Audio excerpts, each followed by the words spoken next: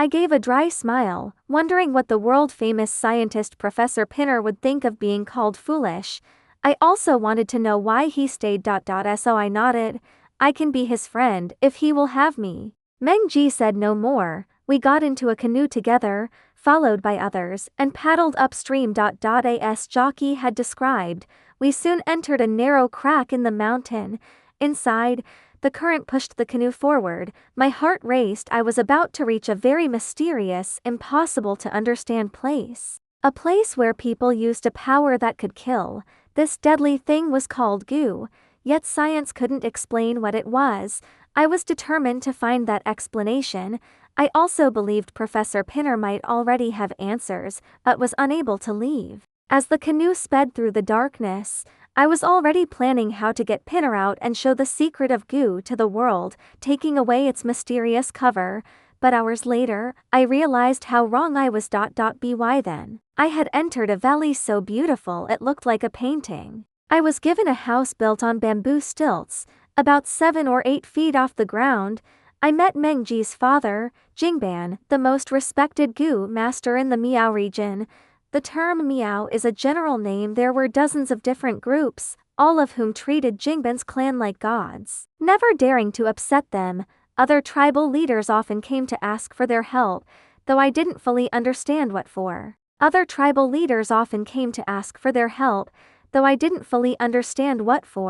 They had a special place to receive guests, each bringing rich gifts. Seeing those gifts, I realized the wealth of the Miao region was beyond description. Once, Meng Ji showed me their gold storage, huge gold bars filling 2 bamboo baskets. I will skip over these details, as they are not the main part of the story. On my first night in the valley, Professor Pinner came to my house and began talking. He was thrilled to see me, promising to show me his laboratory the next morning, which he had built through years of hard work. He asked eagerly about new things happening in the modern world. He barely stopped talking, making it hard for me to say anything. Only as dawn approached did I get a chance to ask, "Professor, you've been here for years. What is goo? You must know by now." My question. Pinner became silent, his face darkened. After a long pause, he shook his head slowly. "These past years, I've worked 20 hours a day studying it. I've learned there are 83 types of goo, each with its own mysterious power, but what they are, I don't know." His answer surprised me. I hadn't expected this. After a moment, I said, "There was a young man named Yi Jockey who stayed here. Do you remember him?" "I do," he replied, "and I know he left her and died." I grabbed his shirt, my voice getting louder. "Why did he die?" "His autopsy said severe heart disease, but I know he was healthy as an ox." Pinner sighed. "He died because he left her. Bishu placed a heart goo on him. If someone under that goo loves a woman, they can never leave her. If they do, they go mad. If they marry another, they die." "I know all that," I shouted. "What I want to know is why." Professor Pinner said slowly, "Young man, it wouldn't be right to say I've made no progress these years. At least, I've found 83 new bacteria, unknown to humans." I quickly said, "So you're saying goo is just bacteria? A long-term disease caused by humans? Is that how we can explain it?" Pinner spoke seriously.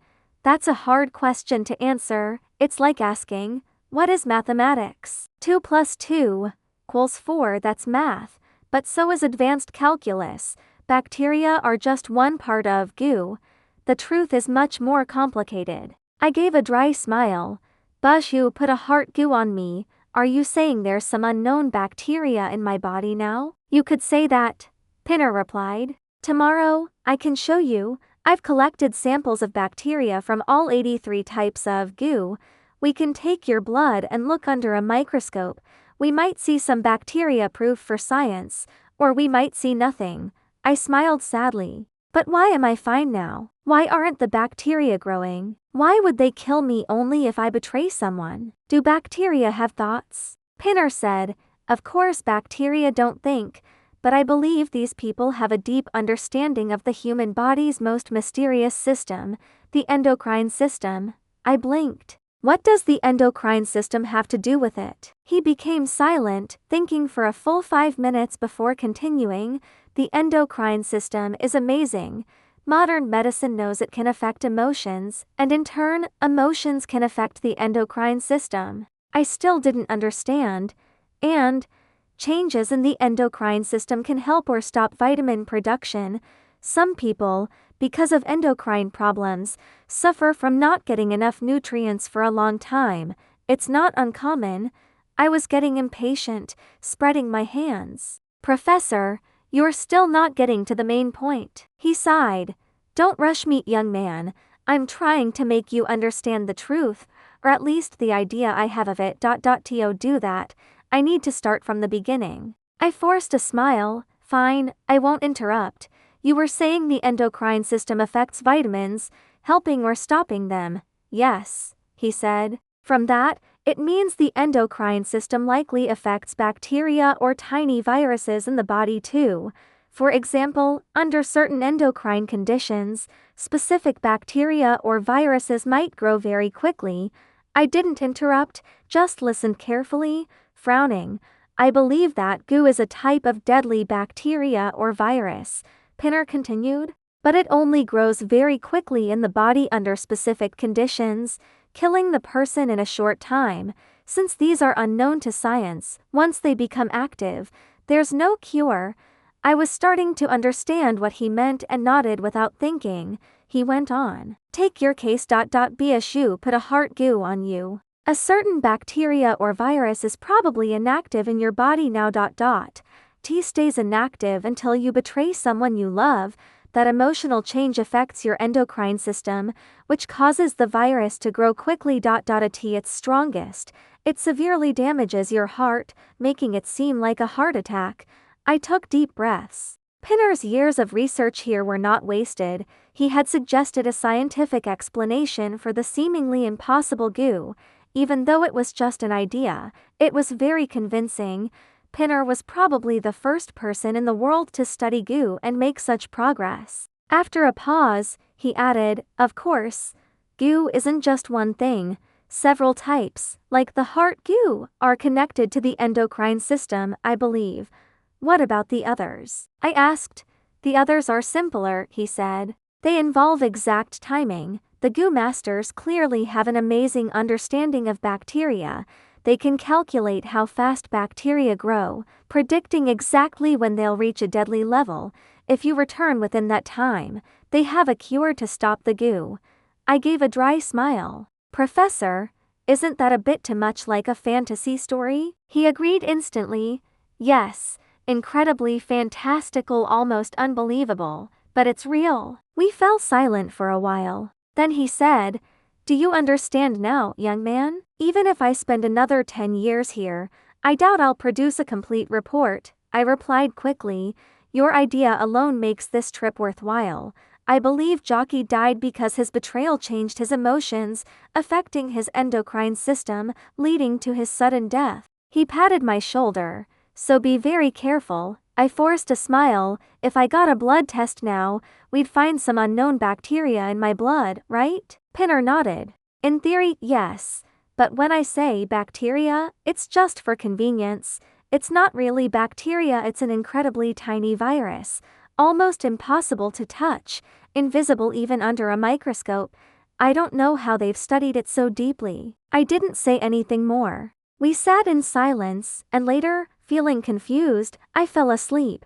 The next day, Pinner took me to see his work. To my surprise, his equipment wasn't basic but remarkably advanced. This was because he had come to the Miao region intending to study goo deeply. Before arriving, he had spent time in Singapore observing 3 strange patients who had been affected by goo. He already had an idea of goo and came prepared. He showed me photos of over 30 of the 83 goo viruses he had managed to photograph under his microscope. I wasn't an expert, so I couldn't understand them without his explanations. From his explanations, I learned that among the 83 types of goo, the heart goo wasn't even the most mysterious. Some leaders brought followers to ask for a rebellion goo that would activate if the follower betrayed them. there was a goo to punish disrespect toward spirits. Another for theft too many to list, goo that were controlled by time alone numbered in the dozens. Each goo had a unique culture medium, a substance where it grows. Generally speaking, every goo used an insect as its medium, spiders, scorpions, or strange creatures I had never seen. One goo, which could delay its effect for 3 years, used a medium that looked like a leaf, but it wasn't a leaf, it was a moth-shaped like one. Besides insects, some goo used animal organs. The heart goo's medium was the heart of a bird. Pinner showed me the bird, a stunning creature with blue feathers and a beautiful song. To think its heart could grow bacteria that stayed bright red for years, capable of killing someone for betraying their love. Unless someone shared my experience, they would never believe it. That entire day, listening to Pinner explain goo felt like a nightmare. I could only manage dry smiles. By evening, he asked a serious question. You're not planning to stay here forever, are you? I hesitated, then replied, of course not. I'll leave maybe tomorrow. I've achieved my goal. I know what goo is now. Pinner looked at me sadly. I don't think you can leave. They guard their secrets very closely. Once you're here, getting out isn't easy. I froze, looking outside. The valley, bathed in the light of twilight, felt unreal. Climbing the ridges to escape was almost impossible, and the only way out required their permission. I thought for a moment, Professor, I'll ask them openly to let me go. They might agree. He shook his head. Your chances are 1 in 1,000, but you can try. He stopped, listening. A deep, rhythmic drumbeat began, making me feel uneasy. Pinner said, they're calling the clan together. I think it's about you. Are you one of them? I asked. You've been here for years, aren't you part of the clan? Of course not, he said. To them, I'm just a green-eyed, golden-haired strange person. They don't know what I'm doing here. If they knew I was trying to show their secrets, I'd be dead. The drumming grew louder as Meng Ji approached Pinner's lab. He called up, Mr. Wei, come down, my father wants to see you. I climbed down the bamboo ladder and followed him. Several times, I wanted to ask if I could leave, but he walked so quickly I had no chance to speak. It felt like he was avoiding me. Did he already know what I planned to do? The drumming grew louder as night fell. Ahead, huge bonfires blazed, surrounded by people. A group of drummers beat large leather drums. As Meng Ji and I arrived, the drums stopped. His father, Jingban, approached with serious steps, stopping by the largest fire. He pointed at me and began speaking loudly. I couldn't understand a word, thinking it was a ritual. I whispered to Meng Ji, what should I do to follow your father's actions? Meng Ji replied coldly, just stand still, that's enough. His sudden coldness shocked me. I stayed silent as his father kept pointing at me, speaking for 20 minutes. His words clearly concerned me. Finally, he motioned for me to come forward. I understood the gesture and walked quickly to him. He placed his large, rough hand on my shoulder. Instantly, I felt a sharp itch. I flinched, and his hand lifted. I looked at my shoulder and froze. A dead spider gray with black stripes was stuck there, its legs piercing my clothes and touching my skin. The word goo flashed in my mind like lightning. I screamed. Meng Ji stepped beside me. I wanted to grab him roughly but was frozen with fear. I just stared, stammering, What did your father do? Tell me. You should thank him, Meng Ji said. Thank him? I shouted. Why? He put goo on me. What kind? Give me the cure now. I didn't know what goo it was, but I was terrified. I grabbed Meng Ji's arm. He said, you should thank my father. He did put goo on you, but only because he saw you can't be one of us. I was confused. What does that mean? It means you can leave anytime, go wherever you want, he said. But for 20 years, if you tell anyone our secrets, the goo will activate, your throat will feel blocked by something you can't see, you won't speak or eat, you'll die in great pain. I stood stunned, muttering, 20 years. I'll remember. You'd better, Meng Ji said. He shook my hand and the drums started again. He led me from the open area back to my house. I lit an oil lamp and checked my shoulder, no sign of anything. The story ends here, but a few things need to be made clear. First, for 20 years, I never spoke of my meow experience to anyone. If asked about Jockey, I said I didn't know him, fearing the goo. Now, over 20 years later, I'm no longer afraid. Second, Meng Ji's description of the goo's symptoms, choking, inability to speak or eat, is similar to throat cancer. This makes me think goo and cancer might be closely related. Third, Yi Jockey is a fake name. A year after this story was published, I received a letter with no signature, gently scolding me for bringing up the past again, even with fake names. The tone was more sad than blaming. I knew why it was unsigned. The sender didn't want me to know who they were. But I knew. Who else would feel such sadness about this as I did? Let's both let this story fade away.